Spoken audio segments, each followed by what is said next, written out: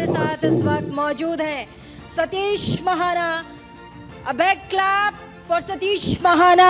And मैं stage पर आमंत्रित करूंगी हमारी एमडी दीक्षा मैम और साथ ही चेयरपर्सन बलबीर सिंह तोमर और पंकज जी को। स्टेज पर आएं, मंच साझा करें और सम्मानित करें सतीश महाना का। 2 लाइन सतीश महाना के सम्मान में बोलना चाहूँगी। विधानसभा में रहे हैं सब विधानसभा अध्यक्ष। यूपी सरकार में सतीश महाना लगातार 8वीं बार विधायक चुने गए। यूपी सरकार में कई बार मंत्री रहे हैं सतीश महाना। अध्यक्ष विधानसभा में चुने गए और महिलाओं के लिए कहा जाता है कि उत्तर प्रदेश में अगर किसी ने आवाज़ बुलंद की है तो वो सतीश महाना हैं। ज़ोरदार स्वागत सतीश महाना का।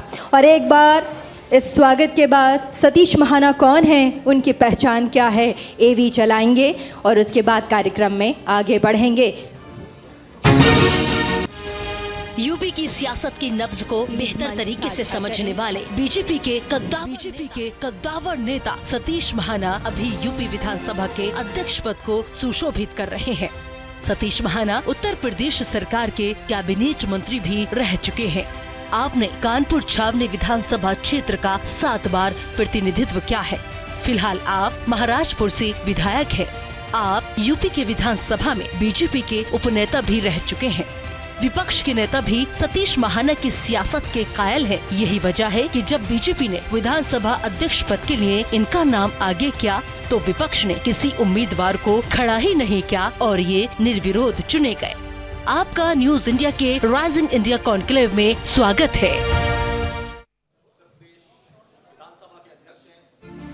बहुत बहुत स्वागत। आप हमारे साथ, आपने यहाँ मंच साझा किया सतीश महाना। एक बार जोरदार तालियां सतीश महाना के लिए।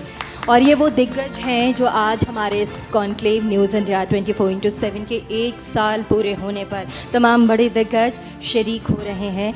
और ये दिखाता है कि हम कितने सशक्त हैं और किस कदर हम आगे बढ़ रहे हैं। सतीश महाना जी, उत्तर प्रदेश महिलाओं के लिए आज जो स्थान रखता है और महिलाओं के बारे में जो सोच उत्तर प्रदेश की है, काफ़ी प्रोग्रेस अभी रिसेंटली हुआ है।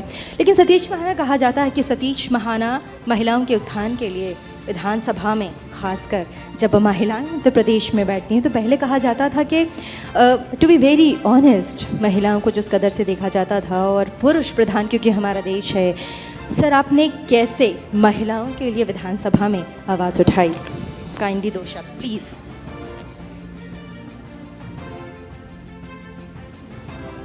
साइलेंस प्लीज साइलेंस सब प्लीज। धन्यवाद। मैं न्यूज़ इंडिया को पहले शुभकामनाएं देना चाहता हूं, बधाई देना चाहता हूं कि आपके द्वारा ये राइजिंग नेशन के नाते से इस कॉन्क्लेव का आयोजन किया गया है। आपने मुझे आमंत्रित किया, मैं आपको बहुत धन्यवाद। महत्वपूर्ण प्रश्न किया आपने। मैं इसकी पृष्ठभूमि पर मेरे पास कितना समय है मुझे बताइए, उसके हिसाब से मैं अपनी बात कहूँगा कि 18वीं विधानसभा गठित होने के बाद जिस समय मेरे सामने ये बात आई कि हमने विधानसभा को ई विधान में परिवर्तित करना है, माननीय प्रधानमंत्री श्रीमान नरेंद्र मोदी जी का एक विजन था कि देश की सारी विधानसभाएं एक प्लेटफॉर्म के ऊपर आकर के जी, और उसको नेवा कहा गया, नेशनल ई विधान एप्लीकेशंस, नेवा। Okay sir. उस नाते से सब लोग एक प्लेटफॉर्म के ऊपर आए, पेपरलेस विधानसभा। आजकल के युग में जिस प्रकार से आजकल डिजिटल इंडिया की बात करी है प्रधानमंत्री जी ने, उसमें हर व्यक्ति इक्विप्ड हो, अपडेटेड हो जी। तो जब मैंने 29 मार्च को मैं इलेक्टेड हुआ था as a speaker is been elected by the members of the assembly, okay, they are not appointed. Okay. So when I was elected as a speaker of the assembly, तो पहले ही काम मैंने किया था कि मेरे को इसको पूरा करना है। हाँ। और जब उसको पूरा करने का मैंने न्यूज़पेपर्स में और प्रिंट मीडिया में और न्यूज़ चैनल में आया कि अब उत्तर प्रदेश की विधानसभा पेपरलेस होगी, तो फेसबुक के ऊपर जिस प्रकार के कमेंट्स थे पब्लिक के, ज़्यादातर फेसबुक के ऊपर नेगेटिव कमेंट्स होते हैं। आप क्यों चाहे किसी पॉजिटिव कमेंट्स उसमें बहुत कम मिलते।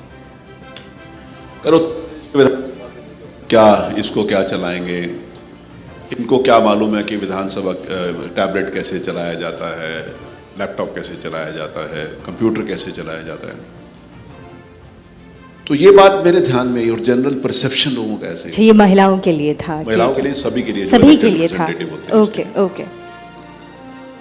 सो आई थॉट जो रियल पिक्चर है वो समाज के बीच में जानी चाहिए। हाँ, करेक्ट। मैंने ग्रुप्स बनाए अलग अलग, विधानसभा के सदस्यों के बीच में जो एमएलएस हैं उनके ग्रुप्स बनाए। मैं जिस समय अध्यक्ष बनने के बाद माननीय प्रधानमंत्री जी से मिला था तो उन्होंने मुझे कि आप लोगों के साथ इंटरेक्शंस करो, विधायकों के साथ, उनको बताओ कि उनकी जिम्मेवारी क्या है, उनका पार्टिसिपेशन विधानसभा में क्या होना चाहिए, कैसे होना चाहिए, क्या नियम है, उन नियमों के हिसाब से अपने क्षेत्र की जनता के हित में और प्रदेश की जनता के हित में वो कैसे उन इश्यूज को उठा सकते हैं। तो इसके ऊपर मैंने प्रयास शुरू किया। मैं इसको इस बात को कहते हुए प्रसन्नता होती है कि आज उत्तर प्रदेश की विधानसभा में, मेरी विधानसभा में अध्यक्ष, इस बात को कहता हूँ, अनपढ़ लोग नहीं है। इस बात को कैसे कोई इंडिविजुअल की क्या सोच हो सकती है, अच्छे और खराब लोग एक बात भी होते हैं, लेकिन आज विधानसभा में मेरे पास 18 ऐसे सदस्य हैं जो डॉक्टर्स हैं, जो मेडिकल फैकल्टी से आते हैं, MBBS हैं, MD हैं, MS, 18 ऐसे हैं। जी बिल्कुल। मेरे पास 32 ऐसे मेंबर्स हैं जो MTech हैं, BTech हैं, MBA हैं, MCA हैं। That's great sir. मेरे पास 85 ऐसे जो लॉ ग्रेजुएट्स हैं। I am having 16 members, those who are PhDs. Okay. I am having 14 members जो सरकारी सर्विसेज से हैं, IAS हैं, IPS हैं, बाकी अन्य सरकारी सर्विस। मेरे 32 ऐसे मेंबर से कम है। मेरे पास 47 women MLAs हैं। वाह। तो ये सारे के सारे परसेप्शन लोगों को पता रहना चाहिए। जनरली लोग इंटरेस्ट नहीं आता क्योंकि एक स्वभाव सा बन चुका है कि इसके बारे में नेगेटिव बोलना ही है। हाँ। ऐसा नहीं है। तो आज जिस समय उसकी तस्वीर के नाते से देखा जाए तो जनता के बीच में जब ये बात आती है, फिर किसी ने मेरे से एक बार पूछा कि सब पढ़े लिखे हैं क्या? फिर मैंने उनसे पूछा कि तुम पढ़े लिखे हैं क्या? एक बहुत बड़ी इंस्टीट्यूशन है, कोई व्यक्ति अच्छा और खराब हो सकता है, हाँ, इससे विमत नहीं है। हाँ। लेकिन इंस्टीट्यूशंस की सैंटिटी और इंस्टीट्यूशंस की गरिमा बनी रहनी चाहिए, ये हम सबकी जिम्मेवारी है। बिल्कुल सर। कॉन्स्टिट्यूशन ने हमारे को जब ये कहा कि ये 3 मुख्य पिलर हैं लोकतंत्र के, विधायिका हो, कार्यपालिका हो, जुडिशियल न्यायपालिका हो। आई एम सॉरी दूंगा कि मैं बहुत महत्वपूर्ण बात कर रहा हूँ जी। और कालांतर में मीडिया के बढ़ते हुए रोल को ये कहा गया कि चौथा पिलर है। तो जब चारों पिलर लोकतंत्र खड़ा हुआ है। जी, आवाज आ रही है सर आपको? आप एक बार बोलें। मुझे आपको बीच जी, नहीं बिल्कुल, आपका आवाज बिल्कुल क्लियर है सर। बीच में कभी माइक मिस करता है। आई थिंक पता नहीं ये आगे से चलेगा, पता नहीं, अभी ठीक चल रहा है। तो जब 4 पिलर्स की बात कही है लोकतंत्र में, संविधान में, तो चारों पिलर्स में से एक भी पिलर अगर गड़बड़ होगा तो सिस्टम ढह जाएगा। बिल्कुल। आज हमारे को इस बात के लिए सोचना है कि चारों पिलर्स एक दूसरे का सम्मान करते हुए, एक दूसरे का सहयोग करते हुए लोकतंत्र को कैसे मजबूत करें। जी। लेकिन प्राय ये देखा गया कि किसी पिलर को एक दूसरे पिलर को ढहाने का ज्यादा प्रयास किया जाता है, उसको मजबूत और सहयोग करने का प्रयास। I am sorry, this is fact of आज की बारे में। मैं आपने महिला सदस्यों के बारे में कहा, जिस समय मैंने महिला सदस्यों के साथ बातचीत की तो उन्होंने कहा कि हमारे को बोलने का अवसर नहीं मिलता है तो हम झिझकिचाते हैं। उन्होंने कहा हमारे पास ये डिसएडवांटेज है कि हम महिला। तो मैंने कहा आपके डिसएडवांटेज नहीं है कि आप महिला, आपके पास एडवांटेज है कि आप महिला। That's a big comment. Disadvantage नहीं है कि महिला होना, ये एडवांटेज है कि आप महिला हैं, आप प्रिविलेज है। तो उस एडवांटेज को हम कैसे उपयोग कर सकते? मैंने कहा कि मैं पूरा आपके लिए समर्पित करूंगा और मैंने विधानसभा की एक दिन की कार्यवाही, जी, इट वॉज नॉट ए भाषण, that was not as a women day. Women day के नाते से वुमेन्स के ऊपर एक उनको बुलाकर उनके ऊपर डिबेट होती है, ये एक परंपरा चली आ रही है। विधानसभा की पूरे दिन की कार्यवाही एज पर एजेंडा मैंने महिला सदस्यों को समर्पित करी। जी। क्वेश्चन आवर से लेकर, 0 आवर से लेकर और जितने भी नियमों के अंतर्गत जो भी नोटिस दी जाती है उन सारी नोटिस को लेकर मैंने उसके ऊपर उसको बढ़ाया। और वो विधानसभा कार्रवाई इस देश की विधायिका में एक इतिहास बना है। मेरे को एक माननीय सदस्य ने कहा, पुरुष सदस्य ने कहा क्या 5 दिन की विधानसभा के एक सत्र में आप एक दिन महिलाओं को दे रहे हैं? सर एक छोटा सा एक सवाल बात, आज बीजी सर मेरी बात, मेरे को उन्होंने कहा कि 5 दिन में आप एक दिन महिलाओं को दे रहे हैं। बिल्कुल सर। तो मैंने उन सदस्यों को बड़ा विनम्रतापूर्वक कहा कि मैं 5 दिन में एक दिन विधानसभा के मैं महिला सदस्यों को नहीं दे रहा, मैं 75 साल में पहला दिन महिला सदस्यों को दे रहा हूँ।